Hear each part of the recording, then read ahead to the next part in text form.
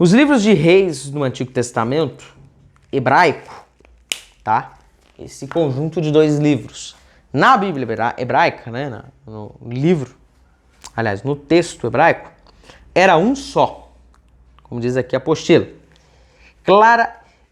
Um só e são claramente a continuação dos livros de Samuel, que narram resumidamente o seguinte que a apostila vai nos dizer.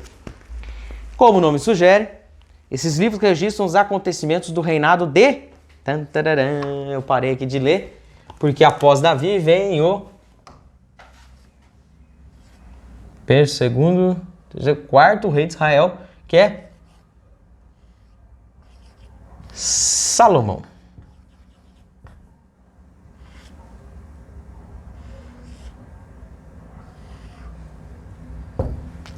Então, 1ª e 2ª Reis vai relatar sobre o reinado de Salomão, filho de Davi, e dos reis de Judá e Israel, que os sucederam. Então, vou ter que explicar, dando uma pausa aqui na apostila. Salomão foi um governo próspero.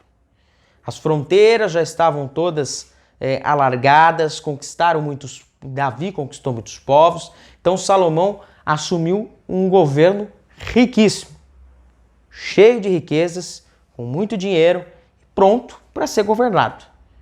E uma coisa que Davi não conseguiu fazer, Deus permitiu a Salomão fazer, que foi a construção do templo em Jerusalém. E após o reinado de Salomão, aliás, Salomão também que errou feio, igual o pai Davi, cometeu erros. Após Salomão,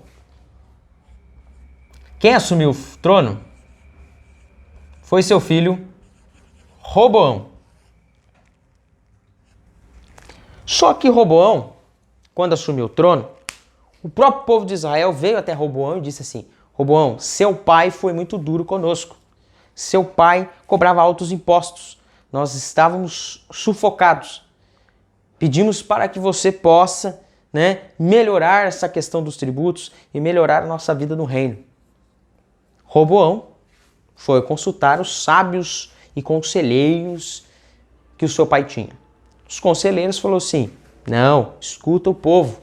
Você vai ter um reinado próspero, o povo vai estar do teu lado. Faça o que o povo está querendo e está pedindo a você. Só que Roboão falou: não, eu não. Para que eu vou ouvir? Eu vou ouvir meus amigos de infância. Os amigos de infância falaram o oposto. Falou: não, você tá doido, você não pode afrouxar, você tem que ser pior do que o seu pai foi. Quando isso aconteceu e ele deu essa resposta para o povo, houve, neste momento, uma divisão. Roboão ficou com instaurado o reino do norte, ou conhecido como o reino de Israel. Aí Deus levanta um camarada chamado Jeroboão. Meio parecido os nomes, né? E Jeroboão é levantado para ser o rei do reino do sul, que era chamado do reino de Judá. Claro que nesse reino de Judá, salvo me engano, tinha mais uma tribo juntamente com Judá. Porque aqui foram 10 tribos que estiveram com Roboão. E aqui no de Judá, 2 tribos. Judá e lembrei agora, Benjamim. Então, Judá e Benjamim estiveram com o reino do sul de Judá.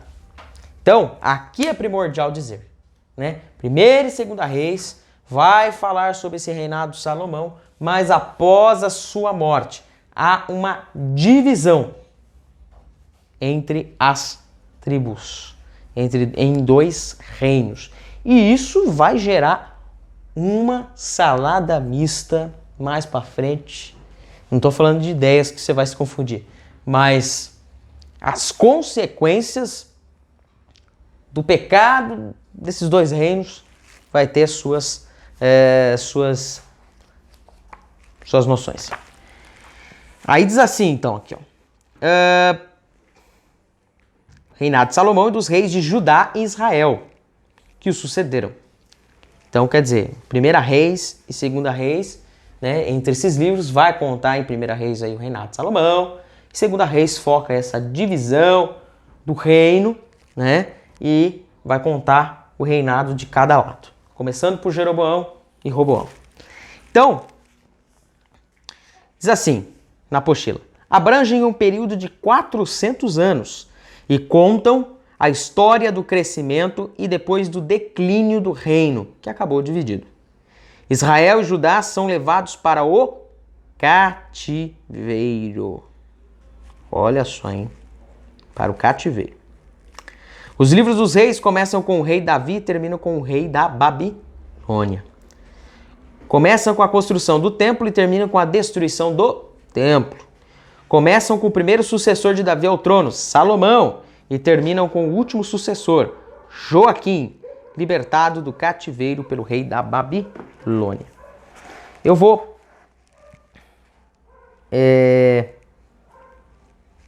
pular um pouco essa etapa do outro livro e já explicar daqui, tá? O que acontece? Temos aí Roboão e Jeroboão, né? Houve essas duas tribos, depois essas duas tribos vieram vários outros reis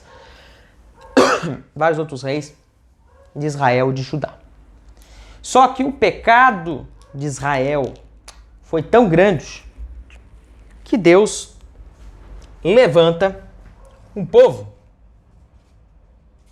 chamado assírios. Esse povo domina a nação de Israel e conquista ela. Só que a diferença dos assírios, eu vou até apagar essa parte aqui, gente, para não embaralhar com esses nomes aqui. Tá, estamos em 1ª e 2ª Reis ainda. Os assírios, eles tinham uma forma de dominação diferente do outro povo que dominou o Reino do Sul. Os assírios dispersaram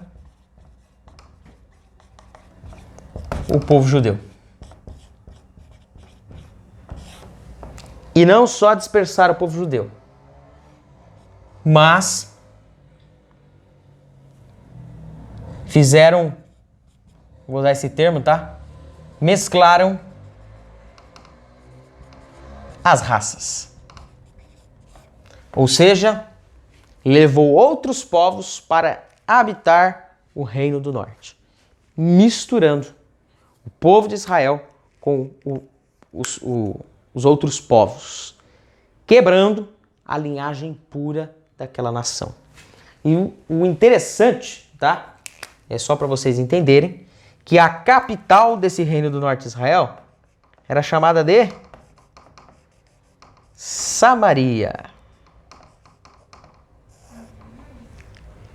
Eu acho que teve gente que entendeu quando eu falei isso.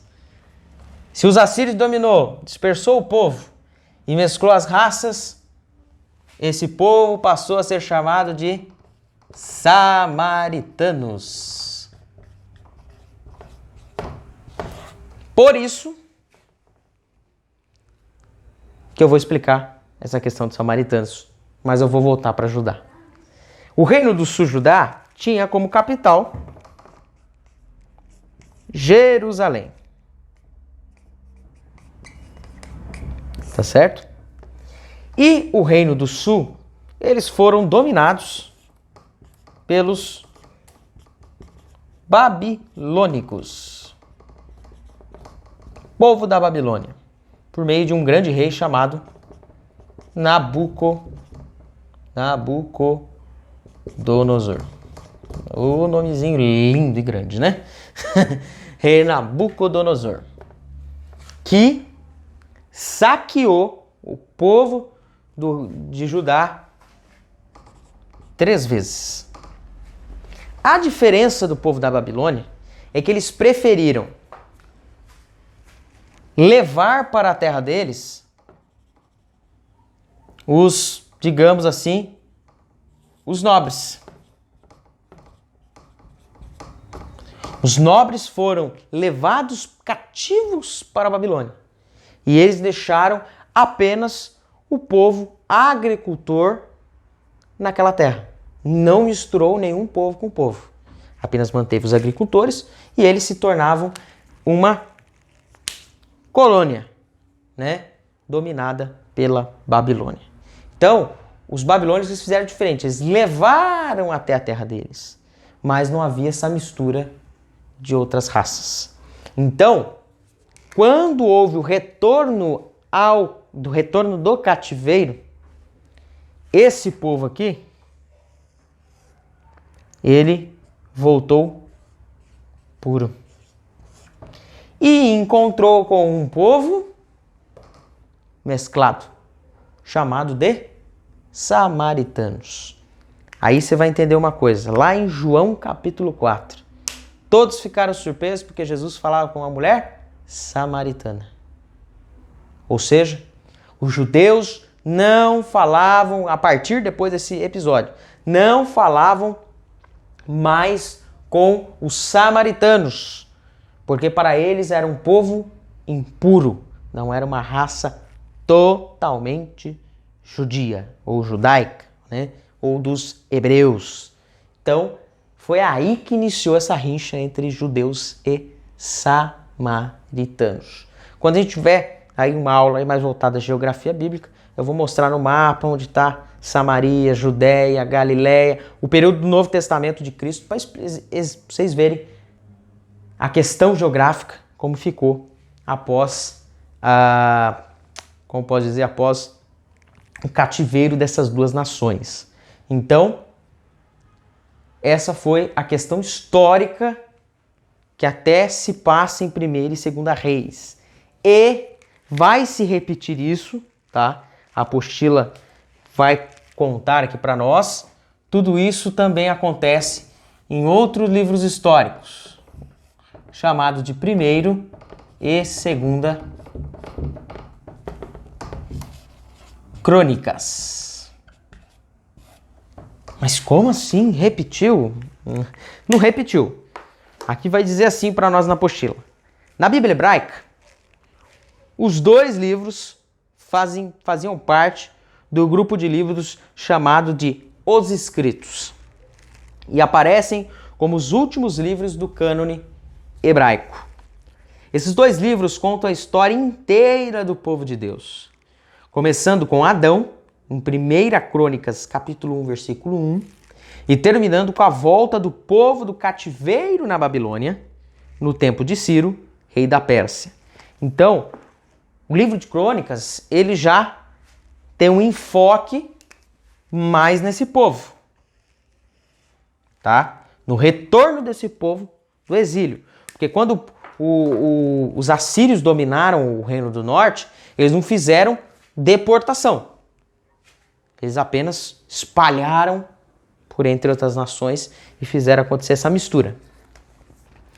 Os livros, aqui diz na apostila, contam novamente os acontecimentos já registrados nos livros de Samuel e de Reis, mas de um ponto de vista diferente. Aqui, a história dos reis israelitas tem 2 propósitos principais. Olha só, em 1ª Crônicas e 2ª Crônicas. Primeiro, mostrar que, embora tivessem caído desgraças sobre os reinos de Israel e de Judá, Deus manteve as promessas que havia feito à nação e continuou a realizar o seu plano para o seu povo através das pessoas que moravam em Judá, o Reino do Sul. E 2, descrever o início da adoração ao Senhor, o Deus de Israel, em Jerusalém, e especialmente a organização do trabalho dos sacerdotes e dos levitas, que eram os encarregados do culto. Davi é apresentado como o homem que planejou o templo e o culto, embora tivesse sido Salomão quem veio construir o templo. Então, 1ª e 2ª Crônicas tem uma outra ótica, a ótica de mostrar sobre a adoração, porque vocês sabem que nessa divisão, para o judeu, lá na discussão de João 4, O lugar que se adora é só Jerusalém. Né? É isso mesmo. Isso mesmo, tá certo. Aliás, eu só confundi acho que numa coisinha. Acho que vocês vão ter que me perdoar. Na verdade, você desanota aí. Foi ao contrário, tá? Os reis. Faz mais sentido. Fiquei tão empolgado, não percebi. Roboão, que é o filho de Salomão, reinou em Judá, tá certo? Continuou, porque Judá era a casa de Davi. E o Jeroboão, que é tanto nome, tudo ão, que reinou no norte de Israel. Foram as 10 tribos que acompanhou Jeroboão, tá? Porque na discussão de João 4, eles falavam assim, só em Jerusalém é quem se deve adorar. E Jeroboão, quando assumiu o trono, Deus falou que seria com ele. Só que ele, com medo dessas 10 tribos gostarem do Roboão, quando eles iam adorar em Jerusalém no templo, ele instaurou um culto idólatra em Samaria, construindo, olha que engraçado, voltando à história, um grande bezerro de ouro. Então, ele próprio iniciou a idolatria no reino do norte de Israel, que culminou no juízo de Deus por meio dos assírios, que acabaram tendo essa consequência toda. Então, o Roboão, agora de forma correta, corrigindo, quem viu esse vídeo até agora e entende bem da história, falou, ele estava errando. Agora tá certo. E Roboão, o reino do sul, né, através de Judá, que é inclusive a tribo da onde veio Jesus, da linhagem de Davi. Então vocês viram como Deus na história, na essência do Antigo Testamento, você vê como uma tribo foi preservada. A tribo que viria o Messias. Então, era em Jerusalém que eles falavam que se adoravam. Então, em 1ª e 2ª Crônicas, nós vemos a história desse panorama, só que de um outro formato, com outro olhar. Aí, temos o retorno desse povo para a terra de Israel. Eles não iam ficar para sempre no cativeiro. Inclusive, foi profetizado por Jeremias que eles ficariam 70 anos cativos na Babilônia, a tribo de Judá, ou seja, o reino do sul. 70 anos. E foi exatamente o período que eles ficaram exilados na Babilônia. 70 anos. E após o retorno deles, nós temos outros livros históricos, chamado de Esdras. A apostila não divide aqui, ela conta como um só. E Neemias. Esdras, o seu enfoque, após a libertação, era a reconstrução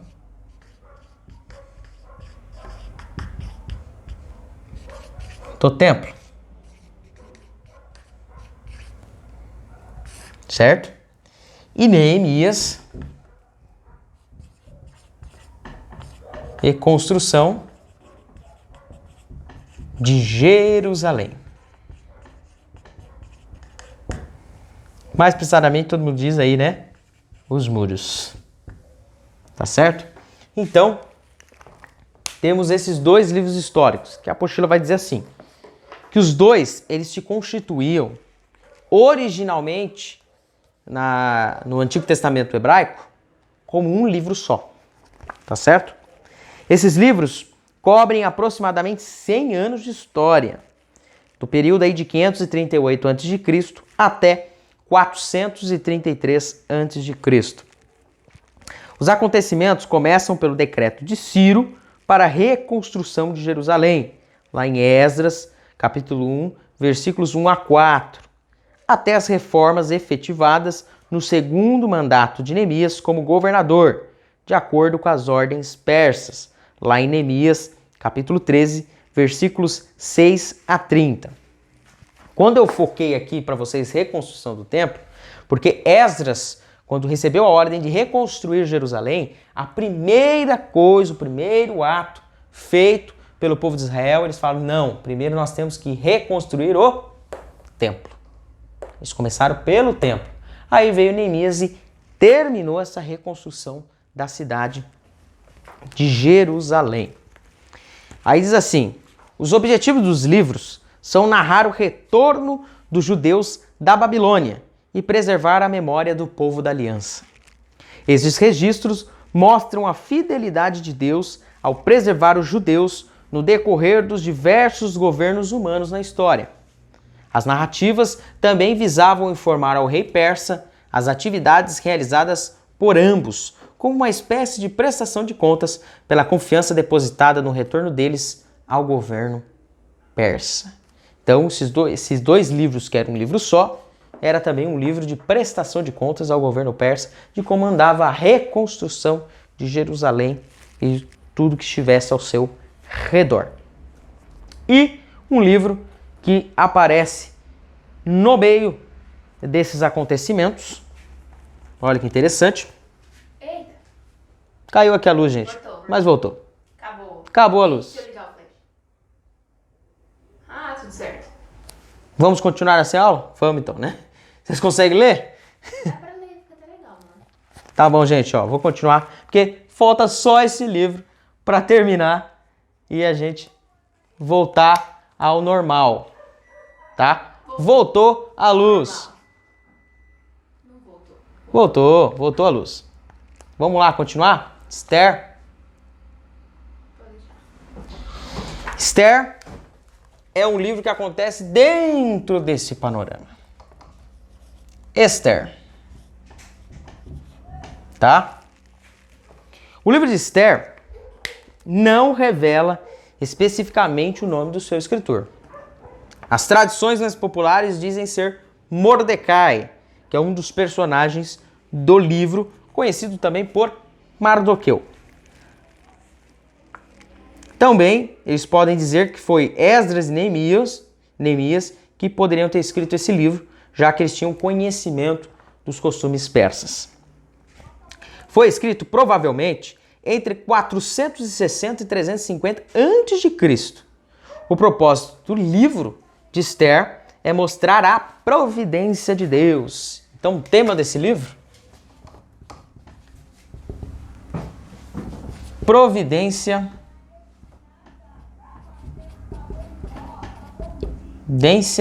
de Deus. Certo? O tema tá complicado aqui hoje, gente. O tema, então, do livro de Esther é isso. A providência de Deus. Quando se diz a respeito do seu povo. O livro ainda registra a instituição da festa de Purim, tá?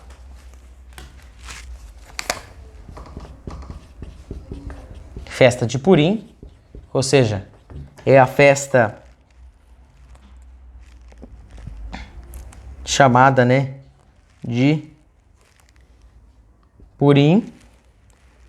E é claro, né, e a obrigação de sua comemoração permanente. Esther era lido durante essa festa, a festa de Purim, para comemorar a grande libertação da nação judaica por Deus através da rainha que leva o nome desse livro, Esther. Os judeus ainda hoje leem o livro de Esther durante a festa de Purim, né? A festa de Purim, salvo engano, depois eu trago para vocês, é sorte, tá? Porque Deus livrou, mudou a sorte do povo de Israel. Por quê? Este livro conta a história de Mordecai, né? Ou Mardoqueu e Amã. O rei persa, né? Ele, no decorrer aí da história no livro, ele rejeita sua esposa porque ela não quis obedecer a sua ordem. Então entra no cenário na hora dele escolher uma rainha para ele. E ele manda escolher as mais bonitas do reino.